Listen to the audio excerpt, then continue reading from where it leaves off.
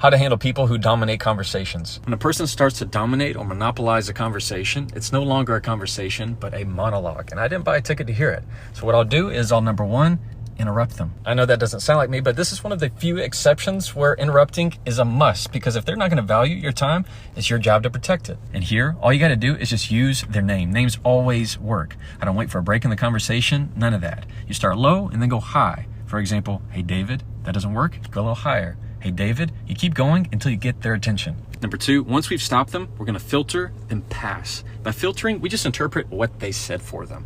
For example, I hear you saying that you don't like the budget cuts from last week. I totally get that. Then we're going to pass it. I like to hear what Megan has to say about this. Or, in my opinion, the budget cuts were X, Y, and Z. And number three, if they're still wanting to dominate the conversation, then you got to put a time limit on it. What I'll say is something like, hey, David, I got like 2 minutes and then I got to bounce and knock some stuff out. Whatever time you give, you have to stick to it. And that's how you deal with somebody who's dominating the conversation. So try that and follow me.